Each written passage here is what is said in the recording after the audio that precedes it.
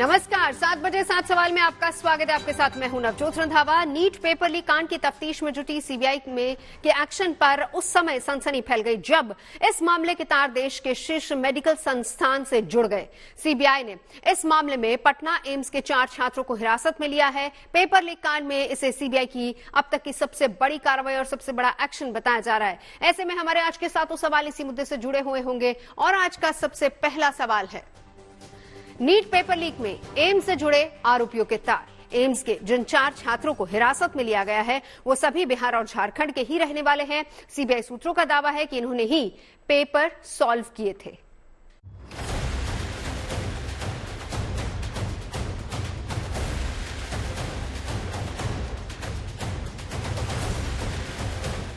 NEET case में CBI का बड़ा एक्शन। पेपर लीक गिरोह के एम्स से जुड़े तार। एम्स के 4 मेडिकल स्टूडेंट्स हिरासत में।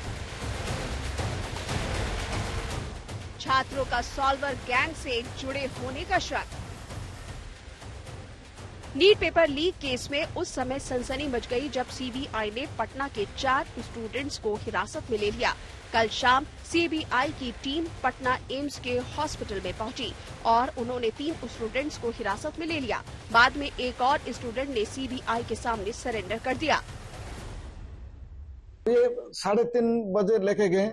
उसके बाद उनका और एक वरिष्ठ अधिकारी ने हमें कांटेक्ट किए और 3 स्टूडेंट का नाम और उनका फोटो भी हमारे व्हाट्सएप में भेजे और इन्होंने बोला कि आप कोशिश कीजिए जैसे कि स्टूडेंट को आप हैंडओवर जल्दी आसानी से कर दीजिए। उसके बाद में हमारा स्टूडेंट का जो है डीन स्टूडेंट अफेयर्स, इनको मैं इन्फॉर्मेशन दिया। जो स्टूडेंट और 2 स्टूडेंट को वो आइडेंटिफाई किए और वो लेके गए। उसके बाद और एक स्टूडेंट उसी समय कमरे में नहीं थे। उसके बाद स्टूडेंट जाके इनको खुद रिपोर्ट किया। सीबीआई ने जिन छात्रों को हिरासत में लिया है उनके नाम है चंदन सिंह जो कि सीवान का रहने वाला है, कुमार सानू पटना का रहने वाला है और राहुल आनंद धनबाद का रहने वाला है। ये तीनों 3rd ईयर के छात्र हैं। इनके अलावा 2nd ईयर के एक स्टूडेंट अररिया के रहने वाले करण जैन ने खुद सीबीआई के सामने सरेंडर किया है। ये जो स्टूडेंट, पहला स्टूडेंट जो पकड़ा गया था सीबीआई के टीम में जो इनको आके लेके गए, उसका नाम है मिस्टर चंदन सिंह। ये 3rd ईयर स्टूडेंट है। ये हॉस्टल नंबर 8 में रहता है। और उसके बाद जो 3 स्टूडेंट को जो नाम आया ये है, मैं आपको बताता हूँ। एक है कुमार सानू, राहुल आनंद और करण जैन। वो जो 4 स्टूडेंट है इसमें से 3 है 3rd ईयर स्टूडेंट और एक है 2nd ईयर स्टूडेंट। सीबीआई ने इन स्टूडेंट्स को पेपर सॉल्विंग गिरोह से संबंधों को लेकर पूछताछ के लिए हिरासत में लिया है। सीबीआई को शक है कि इन स्टूडेंट्स के तार नीट पेपर लीक गिरोह से जुड़े हो सकते हैं।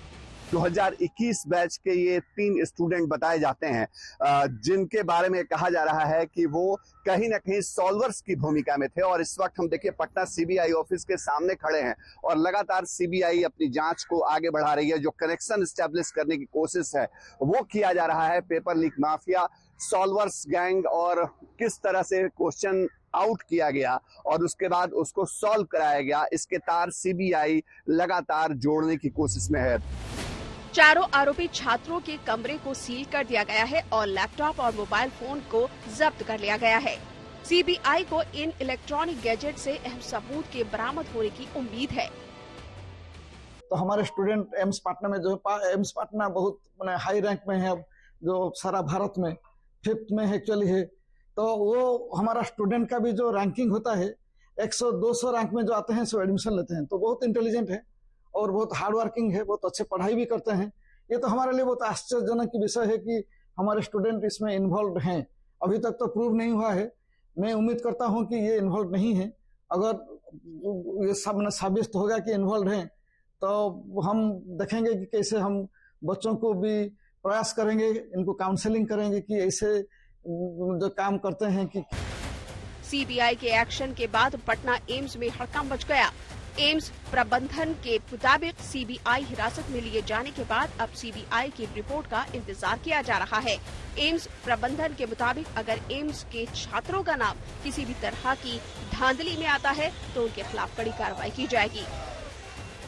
हम भी एक्चुअली परेशानी में हैं, क्योंकि एम्स जो नेशन का प्राइड है, जो एम्स बोलते हैं, सिर्फ एम्स पटना नहीं, एम्स एक्चुअली सारा भारत का, मिनिस्ट्री का, गवर्नमेंट ऑफ इंडिया का एक्चुअली ये है actually symbol of the pride and the best centre of medical education and training. हमारे जो स्टूडेंट आते हैं इतने सब मेरिटोरियस स्टूडेंट है, तो ये काम में जो इन्वॉल्व होंगे कि हुए हैं, ये रियली सरप्राइज है। पटना में नीट में हुई धांधली मामले की जांच में जुटी सीबीआई की टीम अब पेपर लीक और उसके डिस्ट्रीब्यूशन, पेपर के सॉल्यूशन और अभ्यर्थियों तक पहुंचाने के फाइनल डेस्टिनेशन तक पहुंचने के चेन की पूरी कड़ियों को धीरे धीरे एक सूत्र में पिरोने की कोशिश में जुटी है और उस कड़ी में इन मेडिकल स्टूडेंट्स के खिलाफ एक्शन पेपर लीक गिरोह के नेटवर्क में बड़ी सेंध साबित हो सकता है। पटना से शशि भूषण के साथ bureau report, good news today. CBI paper leak के सिंडिकेट की तह तक पहुंचने की कोशिश में जुटा है। इसमें पेपर के डिस्ट्रीब्यूशन और पेपर के सॉल्यूशन के साथ पेपर के डेस्टिनेशन तक पहुंचने की एक एक कड़ियों को जोड़ जोड़कर देखा जा रहा है और गिरोह को सलाखों के पीछे पहुंचाने में सीबीआई वक्त नहीं गवा रही है। हमारा आज का दूसरा सवाल इसी से जुड़ा हुआ है और सवाल यह है कि सीबीआई की जांच में पेपर लीक नेटवर्क पर अब तक क्या पता चला है। सीबीआई ने पटना में कई लोगों को गिरफ्तार किया है और कई आरोपियों से गहन पूछताछ की जा रही है, लेकिन इस मामले में सीबीआई के सामने सबसे बड़ी चुनौती पेपर लीक के किंगपिन संजीव मुखिया को पकड़ना है, जो अभी तक फरार है।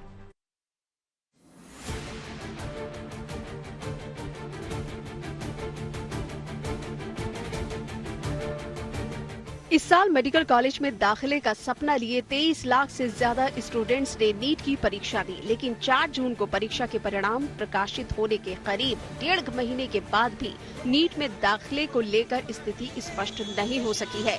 दरअसल नीट परीक्षा में धांधली के आरोप लगने के बाद इस मामले की जांच सीबीआई को सौंपी गई है और सीबीआई ने पेपर लीक के पूरे नेटवर्क को ध्वस्त करने के लिए अपनी तफ्तीश तेज कर दी है। नीट पेपर लीक में अब तक सीबीआई ने 40 से ज्यादा लोगों को गिरफ्तार किया है और इन गिरफ्तार लोगों के पास से पेपर लीक गिरोह से कुछ अहम सुराग और जानकारियां हासिल हुई है। सीबीआई ने पटना से 4 एमबीबीएस स्टूडेंट्स को हिरासत में लिया है और जांच एजेंसी उन छात्रों से पूछताछ कर जांच की एक एक कड़ी जोड़कर आगे बढ़ने में जुटी है। जांच एजेंसी पेपर के लीक होने से लेकर उसे सेटिंग वाले अभ्यर्थियों तक पहुंचाने वाले पूरे नेटवर्क का खुलासा करने के बेहद करीब पहुंच गई है।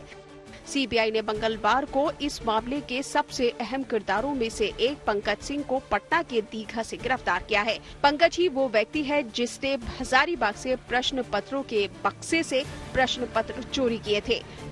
छात्रों के भविष्य के साथ खिलवाड़ करने वाली इस चोरी में पंकज की मदद की थी राजू ने। राजू भी सीबीआई के हाथे चढ़ चुका है। नीट पेपर लीक मामले में सीबीआई के हाथ बड़ी कामयाबी लग चुकी है। दरअसल सीबीआई ने पटना से पंकज कुमार को गिरफ्तार किया है, जबकि हजारीबाग से राजू को गिरफ्तार किया है। दोनों ने पूछताछ में खुलासा किया है कि पंकज ने ही हजारीबाग से टिन के बॉक्स से पेपर चोरी किया था, जबकि इस चोरी में राजू ने भी उसका साथ दिया था। यानी सीबीआई के हाथ इस वक्त वो सबूत है जो साबित करता है कि नीट का पेपर लीक हुआ था। सीबीआई सूत्रों के मुताबिक पेपर लीक नेटवर्क के खुलासे में पंकज और राजू एक अहम कड़ी साबित हो सकते हैं।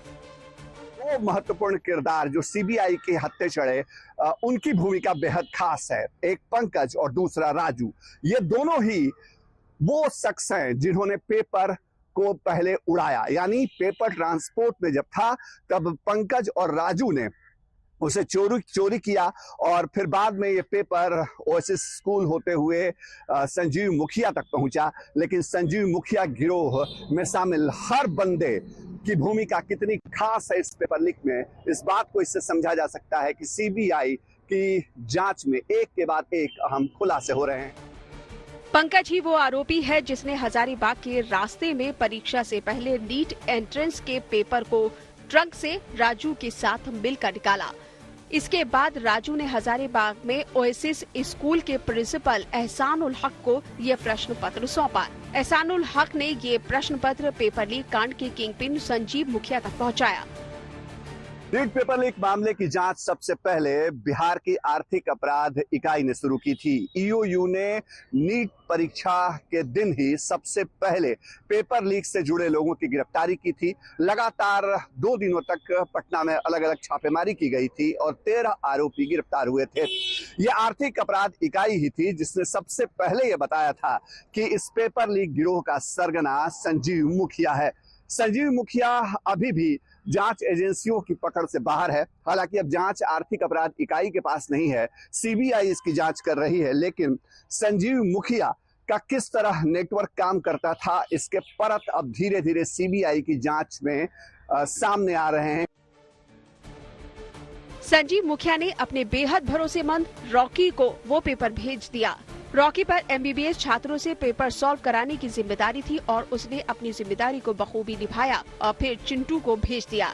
आगे का काम चिंटू ने पूरा किया। उसने प्रश्न पत्र और उत्तर जेरोक्स करके पटना के खेम नीचक में उस सेफ हाउस तक पहुंचाए, जहां सेटिंग वाले अभ्यर्थी रुके हुए थे।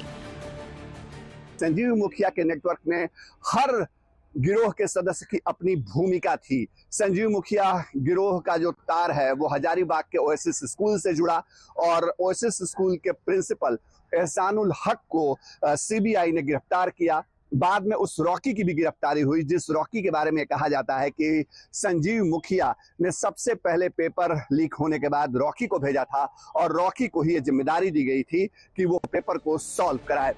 पटना के एम्स में जिन छात्रों को हिरासत में लिया गया है, उन सभी पर नीट के लीक हुए पेपर को सॉल्व करने का आरोप लगा है। सीबीआई अब उनसे पूछताछ में पेपर लीक गिरोह के साथ कनेक्शन खंगालने की कोशिश में जुटी है। सीबीआई को उम्मीद है कि एम्स के छात्रों की गिरफ्तारी से पेपर लीक के पूरे सिंडिकेट पर से पर्दा उठ सकता है। दिल्ली से अरविंद ओझा और पटना से शशि भूषण के साथ bureau report, good news today. Paper leak मामले में आज सुप्रीम कोर्ट में अहम सुनवाई हुई, जिसमें सुप्रीम कोर्ट ने आज एनटीए को आदेश दिया है कि शनिवार दोपहर तक वेबसाइट पर सभी उम्मीदवारों के रिजल्ट का क्षेत्रवार और शहरवार प्रकाशन किया जाए। इसमें परीक्षार्थियों की पहचान जाहिर नहीं करने के निर्देश दिए गए हैं। ऐसे में हमारा आज का तीसरा सवाल इसी से जुड़ा हुआ है। सुप्रीम कोर्ट के आदेश का इस केस पर क्या असर होगा? हालांकि सुप्रीम कोर्ट का इस मामले में अब तक आखिरी फैसला नहीं आया है, लेकिन माना यही जा रहा है कि इस आदेश के बाद परीक्षा परिणाम को लेकर गहराए संदेह के बादल छट जाएंगे और स्थिति स्पष्ट हो जाएगी।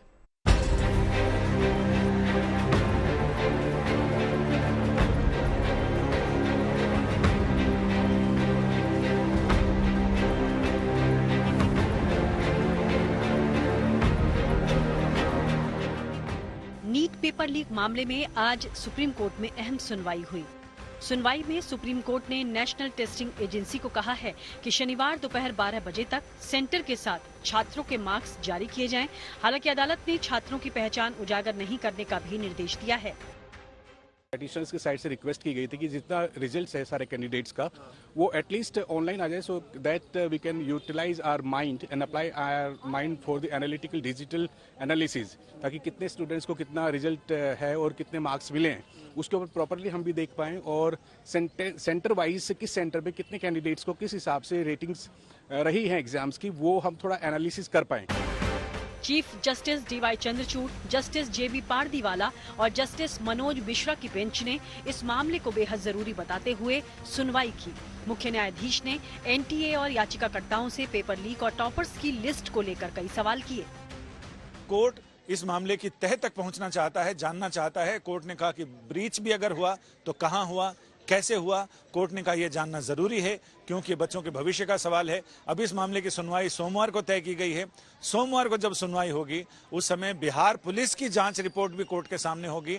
बिहार पुलिस की इकोनॉमिक ऑफेंस यूनिट की रिपोर्ट भी सामने होगी और सीबीआई ने जो अपनी स्टेटस रिपोर्ट दी है वो तो सही है ही, क्योंकि अब सोमवार को निर्णायक सुनवाई होने वाली है। आज जब सुनवाई शुरू हुई तो इस दौरान मुख्य न्यायाधीश ने 100 टॉपर्स की सूची पढ़ते हुए ये शक जताया कि पेपर लीक की मिलीभगत के तार देश भर में फैले हैं। हालांकि सुप्रीम कोर्ट में एनटीए ने कहा कि देश भर के टॉप 100 छात्रों का एनालिसिस हुआ है। टॉपर्स अलग अलग सेंटर के हैं, लेकिन याचिकाकर्ता इस बात के खिलाफ हैं। उनका कहना है कि न सिर्फ पेपर देश भर में लीक हुआ, बल्कि इससे निपटने के लिए री एग्जाम ही एकमात्र विकल्प है। पब्लिक डोमेन में सोशल मीडिया पे घूम रहा है सुबह के टाइम पे, और जो कुछ स्टूडेंट्स के हाथ में है, तो ये कैसे कहा जा सकता है कि एक पेपर सोशल मीडिया पर है वो पब्लिक डोमेन में नहीं है, लोकलाइज है? This is not possible. अगर आपके पास कोई व्हाट्सएप पे एक कोई मैसेज आता है या पेपर आता है, तो वो with in fraction of minutes can be wide spread through out the country. So it's not a localise case, ये लोकलाइज नहीं है, और एग्जाम को रिकंडक्ट करना ही सोल्यूशन है। हालांकि री एग्जाम पर भी सीजेआई ने सख्त टिप्पणी की। उन्होंने कहा कि क्योंकि छात्र दोबारा परीक्षा देना चाहते हैं, इसलिए ही री एग्जाम नहीं कराया जा सकता। ये तभी संभव है जब परीक्षा की पवित्रता से समझौता हो गया हो। रोजाना नई नई गिरफ्तारियां हो रही हैं, रोजाना नए पर्दे खुल रहे हैं, यानी एक बड़ा पर्दा जो सुप्रीम कोर्ट में खुलेगा, उससे पता चलेगा कि आखिर फिर से परीक्षा होने की जो बात कही जा रही है उसमें कितना दम है, या फिर कुछ सेंटर्स जहां पर सिक्योरिटी ब्रीचेज या क्वेश्चन लीक की बात की जा रही है, क्या वहीं पर ही पुनर्परीक्षा कराई जाएगी। सुप्रीम कोर्ट के फैसले पर लाखों छात्रों का भविष्य जुड़ा हुआ है, लिहाजा सुप्रीम कोर्ट ने इस मामले में किसी भी तरह से जल्दबाजी दिखाने से इनकार कर दिया है। कोर्ट ने यह भी पूछा कि जो कहा जा रहा है कि लीक हुआ है क्वेश्चन पेपर, अगर 7:30 बजे सुबह लीक हुआ है, 8:20 पर घटना सामने आती है, 9 बजे एग्जाम होता है, तो क्या यह मुमकिन है कि 45 मिनट में क्वेश्चन को सॉल्व भी कर लिया जाए और छात्रों को उत्तर रटा भी दिए जाएं और वो फिर मेरिट लिस्ट में नाम भी ले आएं? अब इन तमाम सवालों के जवाब सोमवार को होने वाली सुनवाई में होंगे। फिलहाल इस मामले में सुप्रीम कोर्ट ने अभी तक कोई अंतिम फैसला सुनाया नहीं है। मामले में अगली सुनवाई सोमवार को रखी गई है और उम्मीद है कि उस दिन इस मामले पर आखिरी फैसला आ सकता है। दिल्ली से संजय शर्मा के साथ bureau report, good news today. Supreme court में आज परीक्षा की पवित्रता को लेकर काफी दलीलें दी गई और इसी दौरान सुप्रीम कोर्ट में टॉपर्स की सूची का भी जिक्र आया। एनटीए ने आज अदालत में 17 टॉपर स्टूडेंट्स की राज्यवार डिटेल्स सामने रखी और दावा किया कि टॉपर अलग अलग क्षेत्रों से हैं। ऐसे में हमारा आज का चौथा सवाल भी इसी से जुड़ा हुआ है। सवाल यह है कि नीट टॉपर्स की सूची को लेकर अदालत में क्या हुई चर्चा। ज्यादा जानकारी दे रहे हैं हमारे संवाददाता संजय शर्मा। टॉपर की सूची को लेकर ये चर्चा हुई कि ये टॉपर, सारे टॉपर किसी एक सेंटर से या पर्टिकुलर कुछ सेंटर से ही नहीं है, वो 12 राज्यों के और एक केंद्र शासित प्रदेश, उनसे अलग अलग सेंटर से वो टॉपर्स की सूची है। यानी ये बताने की कोशिश की गई कि जहां जहां ये कहा जा रहा है कि क्वेश्चन पेपर लीक हुआ है, ऐसा नहीं है कि वहीं के सारे लोग टॉपर सूची में हैं। कोर्ट ने और भी सूची को विस्तृत करने को कहा है और ये कहा है कि इसमें और भी जांच करने की जरूरत है। तो सोमवार को बहुत सारी चीजों पर से बहुत सारे सवालों के जवाब मिलने की उम्मीद है, इसलिए सोमवार तक हमें इंतजार करना पड़ेगा। आज सुनवाई के दौरान कोर्ट में आईआईटी मद्रास का भी जिक्र हुआ। दरअसल याचिकाकर्ता ने कोर्ट में कहा कि आईआईटी रिपोर्ट का भरोसा नहीं किया जा सकता। इस पर कोर्ट ने पूछा कि क्या एनटीए का आईआईटी मद्रास से कोई रिश्ता है, लेकिन एसजी ने इससे इनकार कर दिया। दरअसल सरकार ने इससे पहले आईआईटी मद्रास की रिपोर्ट दाखिल कर दावा यह किया था कि परीक्षा में कोई भी गड़बड़ी नहीं हुई है। हमारा आज का 5वां सवाल भी इसी से जुड़ा हुआ है। इस केस का आईआईटी मद्रास से क्या है कनेक्शन, बता रहे हमारे संवाददाता संजय शर्मा। आईआईटी मद्रास का जिक्र इसलिए आया था कि जिस एनटीए की जो टीम है और एनटीए का जो डायरेक्टर मंडल है, उसमें ये कहा गया कि जो जांच कर रहे हैं उसमें मद्रास आईआईटी के भी डायरेक्टर उसमें शामिल हैं, तो उसे लेकर सवाल उठाए गए थे। हालांकि वो चर्चा आई थी और उस पर अभी फिलहाल कोई कोर्ट ने भी बड़ी टिप्पणी नहीं की है।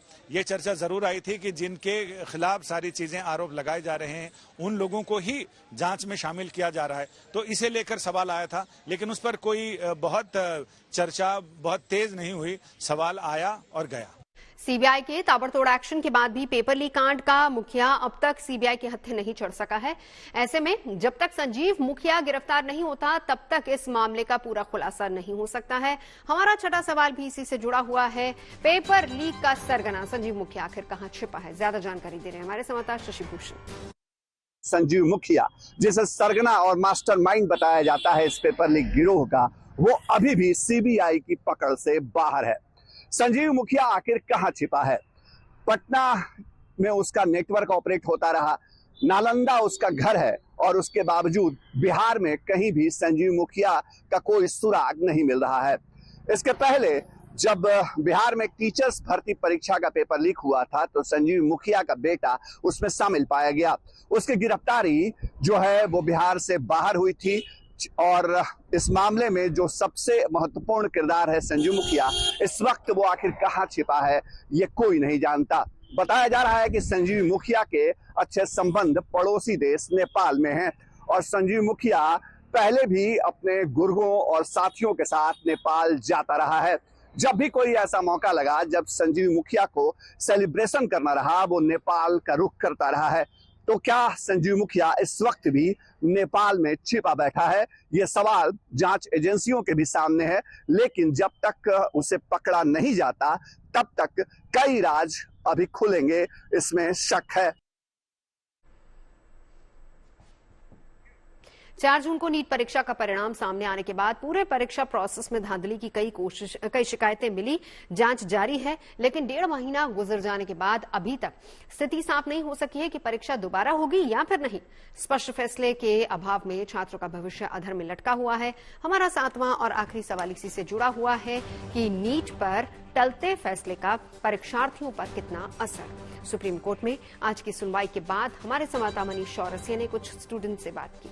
इतनी सारी जो गिरफ्तारियां हुई हैं, इतने लोगों की हुई हैं, उससे साफ साफ जाहिर होता है कि वाइड स्प्रेड तो हुआ होगा। क्योंकि अगर 100 से ज्यादा लोग गिरफ्तार हो रहे हैं, ये तो नहीं है कि सिर्फ 2 लोगों को पेपर लीक कराने के लिए 100 लोग वो इस काम पर लगे हुए हैं, तो वाइड स्प्रेड तो है। सॉलिसिटर जनरल साहब ने खुद ही एडमिट किया है कि उनका ऐसा मानना है कि शायद 150 बच्चे ही इसके बेनिफिशियरी रहे होंगे। उसने अपनी स्टेटमेंट में खुद कहा। तो क्या 150 एक छोटा नंबर है? ये अपने आप में एक प्रश्न चिन्ह जो है सामने रखने वाली बात है कि 150 तो एक छोटा नंबर नहीं है। 150 बच्चे यदि प्राप्त कर लेते हैं पेपर, तो इसका मतलब ये अपने आप में वाइड स्प्रेड है। लीक के जो मामले हुए हैं, इतने सारे अरेस्ट हुए हैं और अब तो एनटीए ने भी मान लिया कि 150 बच्चे बेनिफिशियरीज हैं, जबकि वो पहले बोल रहे थे कि 100 भी नहीं होंगे और इस बार 150 बोल दिया। अब ऐसे कितने और बच्चे निकल के सामने आएंगे हमें नहीं पता, क्योंकि 7 बजे 7 सवाल में अभी के लिए बस इतना ही। देश और दुनिया की तमाम अच्छी खबरों के लिए आप देखते रहिए गुड न्यूज टुडे।